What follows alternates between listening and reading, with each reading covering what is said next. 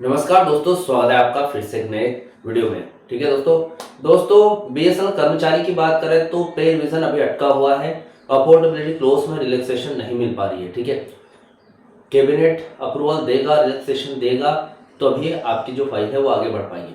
फिलहाल पेंशनर्स की बात करें तो पेंशनर्स भी यहाँ पर दो तरीके से फंसे हुए हैं। एक तो यहाँ पर कोर्ट का फैसला आना बाकी है और डीलिंकिंग हो जाता है तो यहाँ पर या तो सिविल सीपीसी में जाने का चांसेस है या फिर डीलिंकिंग नहीं होता है तो पे रिवीजन के साथ पेंशन रिवीजन होगा, जो कि 2.52 फिटमेंट फैक्टर के साथ होगा।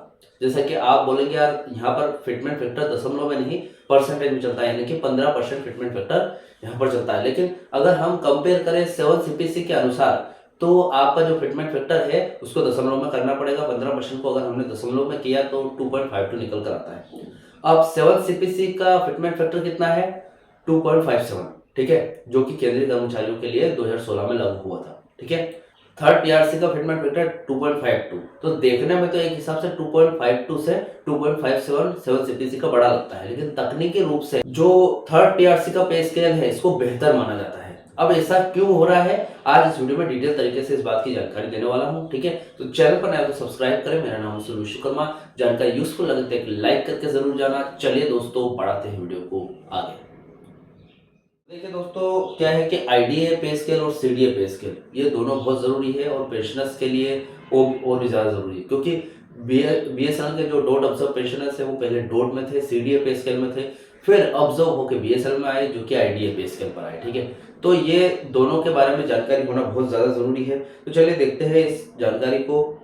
बीएसएनएल और एंट्री पेंशनर्स के बीच में ये जो सीडीए और आईडीए पे स्केल ये एक चर्चा का विषय रहा है।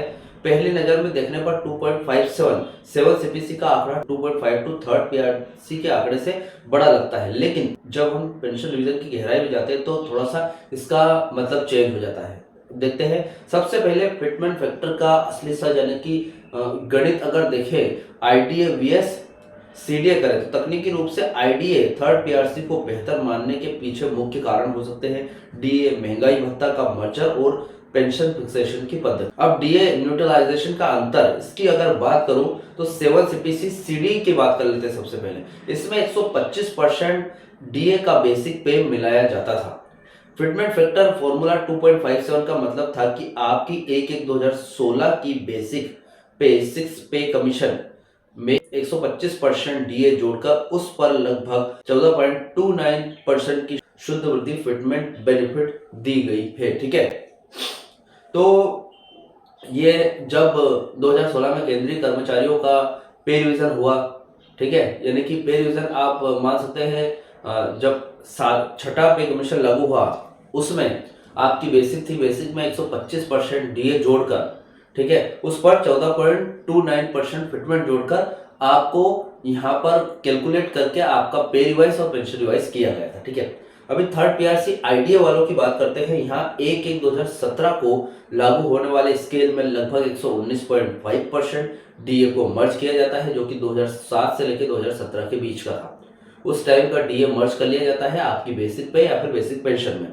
ठीक है, उस पर 2.52 का गुणा कर दिया जाता है। अब गुणा नहीं, हम क्या करते हैं 15% निकालते हैं उसका, क्योंकि जो बीएसएनएल थर्ड पीआरसी है उसमें दशमलव में नहीं है। ठीक है, फिटमेंट यहाँ पर परसेंटेज में है तो हम परसेंटेज में निकालते हैं। दशमलव में इसलिए क्या है क्योंकि हम कंपेयर कर रहे हैं 7 सीपीसी से। अब एक तरफ परसेंट में एक तरफ दशमलव में ऐसे कंपेयर नहीं हो सकता, इसलिए मैंने 15% को यहाँ पर दशमलव में कन्वर्ट किया गया, तो 2.52 निकल कर आया था।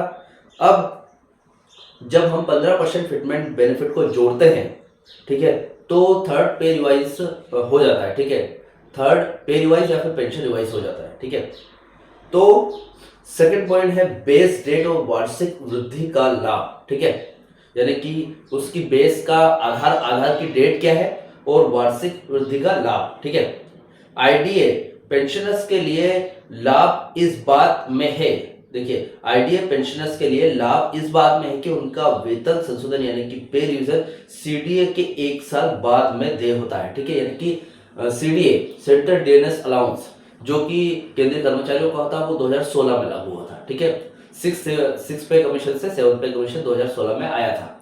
ठीक है, अब जो आईडीए पे स्केल है वो केंद्रीय कर्मचारियों के पे स्केल से 1 साल बाद में आता है। तो इससे क्या है कि यहाँ पर 1 साल की गैप हो जाती है, तो 1 साल की गैप में जो भी महंगाई वगैरह बढ़ी तो इसका बढ़ के पैसा मिलता है आईडीए वालों को, ठीक है।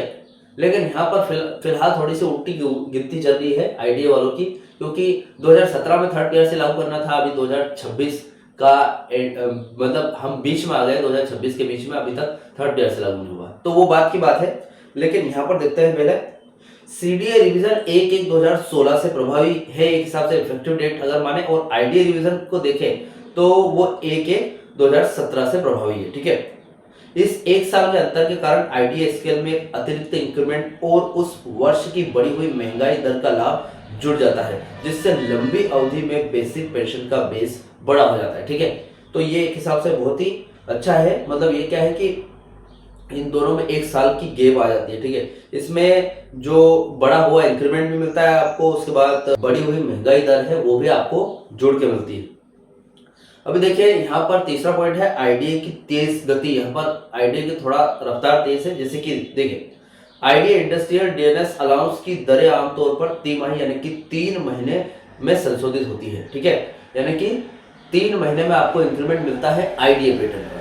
जो कि बीएसएनएल कर्मचारी, जो भी पीएसयू वाले हैं, उनको 3 महीने में इंक्रीमेंट मिलता है, ठीक है। जबकि सीडीए यानी कि सेंट्रल डीएनएस अलाउंस साल में सिर्फ 2 बार ही आपको हर 6 महीने के दौरान आपको सीडीए मतलब डीए आपका बढ़ता है, ठीक है। ऐतिहासिक रूप से देखा गया है कि आईडीए की प्रतिशत वृद्धि सीडीए के मुकाबले थोड़ी सी अधिक है, ठीक है, जिससे पेंशन की कुल राशि में समय के साथ बड़ा अंतर आ जाता है। तो ये एक हिसाब से देखा जाए तो सही है, ठीक है। मतलब आपको वो सिर्फ वो 6 महीने मतलब साल में 2 बार ही यहाँ पर बढ़ता है सीडीए पे स्केल, और आईडीए पे स्केल यहाँ पर साल में 4 बार बढ़ता है, मतलब दुगना, तो अधिक वृद्धि है, ठीक है। आज की ताजा अपडेट मार्च 2026 के अनुसार, आज 13 मार्च 2026 के अनुसार बीएसएनएल पेंशनर्स के लिए अपडेट देख लेते हैं। 8 सीपीसी की अपडेट है। केंद्र सरकार ने 8वें वेतन आयोग के गठन की दिशा में कदम बढ़ा दिए हैं। पेंशनर्स संघ अब मांग कर रहे हैं कि बीएसएनएल के पेंशनर्स को भी उसी तर्ज पर पेंशन रिवीजन का लाभ मिलना चाहिए। अदालती कार्यवाही की बात करें तो दिल्ली हाईकोर्ट में पेंशन रिवीजन के मामले की अगली सुनवाई 30 मार्च 2026 को होनी तय है। पेंशन भोगी संगठन बिना किसी शर्त के 1/1/2017 से पेंशन रिवीजन की मांग पर अड़े हुए हैं, ठीक है। ये 2 हो गए। उसके बाद आईडीए अपडेट भी है। 1/1/2026 जनवरी 2026 से प्रभावी होने वाले नए आईडीए रेट्स के आदेश जारी हो चुके हैं। 2007 के पे स्केल वाले पेंशनर्स के लिए नई आईडीए दरें 236.7% की गई है, जैसा कि मैंने अभी वीडियो भी बनाया था इसका, ठीक है। आईडीए दरें आपकी बढ़ गई है और वो लागू भी हो रही है, ठीक है। डोट के नए रूप की बात करें, दूरसंचार विभाग डोट ने स्पष्ट किया है कि पेंशन रिवीजन की फाइल प्रक्रिया में है, लेकिन थर्ड पीआरसी के पूरा लाभ 15% फिटमेंट के साथ देने के बजाय कैबिनेट की मंजूरी का इंतजार किया जा रहा है, ठीक है। यहाँ पर 15% फिटमेंट की मांग है कर्मचारी और पेंशनर्स की, और इसी की मंजूरी का इंतजार किया जा रहा है, कैबिनेट अप्रूवल का इंतजार किया जा रहा है, ठीक है। तकनीकी रूप से 2.52 या फिर 15% इसलिए बेहतर है क्योंकि यह एक उच्च महंगाई दर 119.5% पर आधारित है, और इसमें बेसिक पे का देखा जाए तो सीडीए का ज्यादा बेहतर तरीके से होता है, ठीक है। मतलब सीडीए से ज्यादा होता है। सरल शब्दों में 2.57 छोटा है क्योंकि वह पुरानी दरों पर लगा है, जबकि 2.52 नई और बढ़ी हुई दरों पर काम करता है, ठीक है।